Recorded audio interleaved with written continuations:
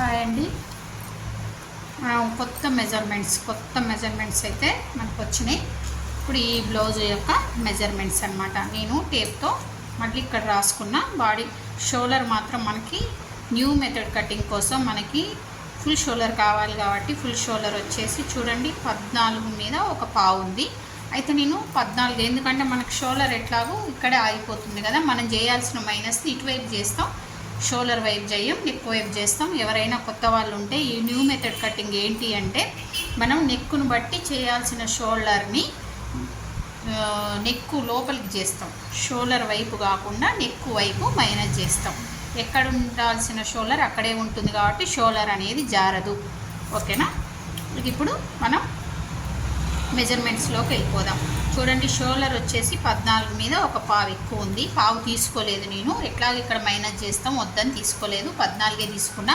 అందులో సగం 7, chest 35.5, middle chest 36.5. ఓకేనా? అయితే మిడిల్ చెస్ట్తో మనకి ఇక్కడ అవసరం లేదు, ఇది బ్యాక్ పార్ట్. ఓకేనా? కాకపోతే మిడిల్ చెస్ట్ ఉన్న దగ్గర మనకి ఆ లైన్లో మనకి డాట్ అనేది ఎండ్ అవ్వాలి. దానికోసమని మనం మిడిల్ చెస్ట్ చూసుకుంటాం. తర్వాత నడుము వచ్చేసి 31.5.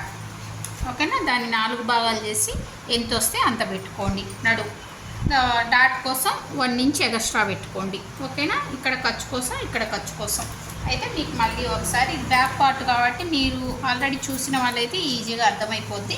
ఇప్పుడు చూడండి, షోల్డర్లో సగం నేను ఇక్కడి నుంచి ఇక్కడికి షోల్డర్లో సగం 7 కదా, ఫుల్ షోల్డర్లో నుంచి సగం ఎంత 7 తీసుకున్నా. ఓకేనా? ఇప్పుడు షోల్డర్ యొక్క డౌన్ కోసం 1 తీసుకున్నా. ఈ 1 అందరికీ ఒకలాగే తీసుకోవాలి, అందరికీ 1 ఇంచ్ తీసుకుంటే సరిపోద్ది. ఆ తర్వాత ఇక్కడి నుంచి ఇక్కడికి 2.5 నుంచి షోల్డర్ని డౌన్ చేసిన. ఓకేనా? ఇక్కడి నుంచి ఇక్కడికి మనం ఒక లైన్ కొట్టుకున్నాం, ఇది కూడా ఓకే. తర్వాత ఇక్కడి నుంచి ఇక్కడికి చూడండి, ఫస్ట్ నేను 6 తీసుకున్నా, సరిపోలేదు.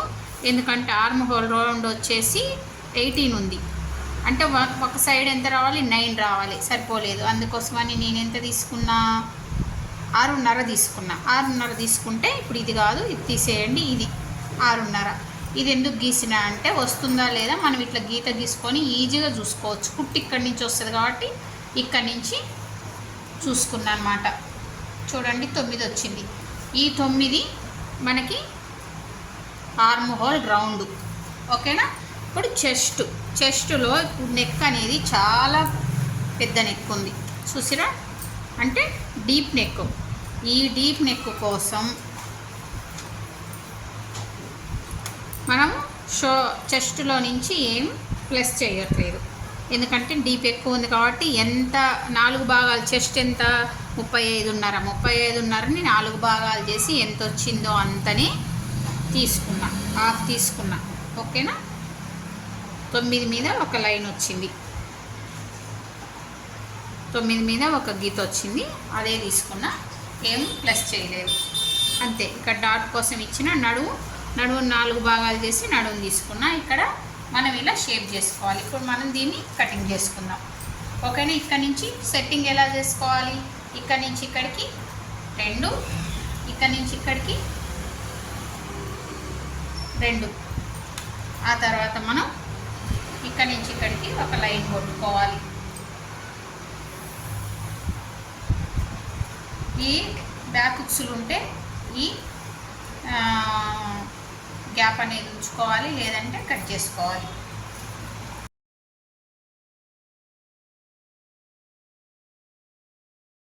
ఇక్కడ మీరు బాగా చూడండి, ఇక్కడ నేను షేప్ చేసిన షేప్ చేయలేదు, కానీ షేపు అదే వస్తుంది. ఎలా వస్తుందో కూడా చూద్దాం.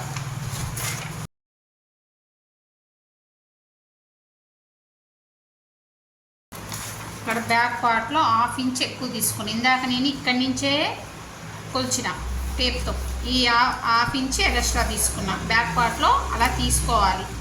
ఓకేనా? వస్తుంటే ఇట్లా పైకి రావాలి.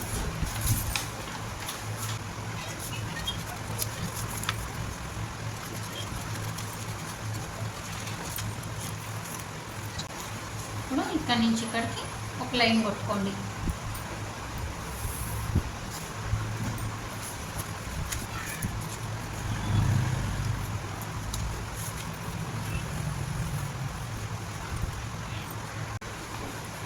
ఇక్కడ గమ్ము లేదండి, అందుకని పిన్ కొట్టేసుకుంటున్నా. చేయలేదు, షాప్లో చేస్తున్నా అనమాట వీడియో. ఓకేనా, ఇలా గమ్ కొట్టేసుకున్నా. ఆ తర్వాత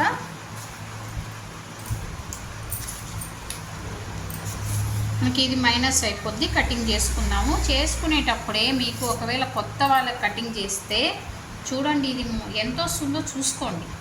చూసిరా, ఇది ఎంత వస్తుందో చూసుకోండి, దీనివల్ల నష్టమేం లేదు. ఓకేనా, అర్థమైందా? 2 మైనస్ చేసినాం. 2 మైనస్ చేస్తే మనం మొత్తం పెట్టింది ఎంత, 7. 2 మైనస్ చేస్తే 5 రావాలి. 5 రావాలి. 5 మీద ఒక గీత ఎక్కువ ఉంది, ఉంచుకుందాం అది. ఓకేనా, ఇక్కడ కట్ చేసేస్తున్నాం. ఇక్కడ బ్యాక్ హుక్స్లు కాదు కాబట్టి దీన్ని కటింగ్ చేసేసుకుంటున్నాం.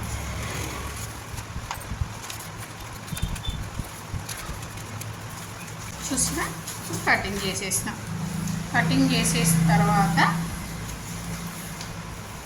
మనకి ఇందులో నెక్ తీసుకోవాలి. మీకు ఇందులో ఎంత, ఇప్పుడు వీళ్ళ సైజ్ బ్లౌజ్ ఉంది కదా, వీళ్ళ సైజ్ బ్లౌజ్ వీళ్ళకి షోల్డర్ పైన ఎంత ఉందో చూడండి. వీళ్ళ షోల్డర్ పైన ఎంత ఉందో అంతే పెట్టుకుందాం. ఇది కుట్టు ఓను చూడండి, ఇది కుట్టు కోసం తీసేద్దాము, ఇటువైపు కుట్టు కోసం పెట్టుకుందాము. ఓకేనా, ఇది ఉంచుకొని ఈ మిగతాది మనం నెక్ కింద తీసుకుందాం.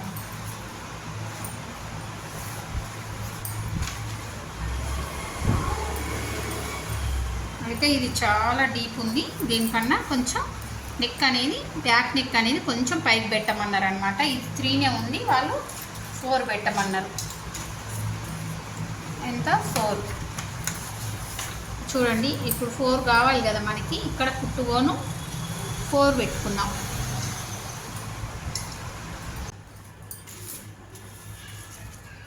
నెక్ 4 వచ్చేలాగా పెట్టుకుందాం. ఓకేనా, ఆ తర్వాత మనం ఇక్కడ చూసుకున్నాం కదా, ఇది మనకి ఇది ఎంత కావాలో అంత ఉంచుకొని మిగతాది నెక్ కింద మైనస్ చేద్దాం. ఇక్కడ కొంచెం డీప్ ఎక్కువ పెడుతున్నా.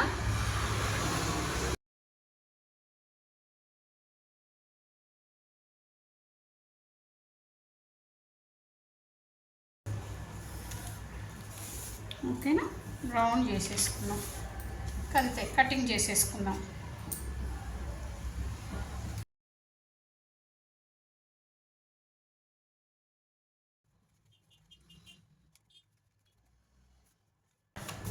చూసినా, ఇక్కడ డీప్ నెక్ ఎక్కువ ఉంది కాబట్టి కొంచెం షేప్ చేసుకుందాం.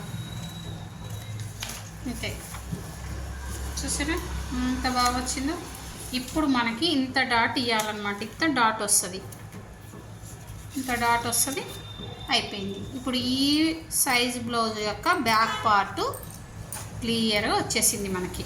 ఓకేనా, మీకు ఒకవేళ ఇంత డీప్ అవసరం లేదంటే మనం క్లాత్ మిక్స్ చేసేటప్పుడు, మీరు క్లాత్ మిక్స్ చేసేటప్పుడు ఇప్పుడు చూడండి ఇక్కడ అదే షేప్ వస్తుంది. షేప్ వచ్చిందని ఎలా తెలవాలో, ఎలా తెలిసింది అంటే నేను చూపిస్తాను మీకు. షేప్ వచ్చింది అని ఎలా తెలుస్తుంది.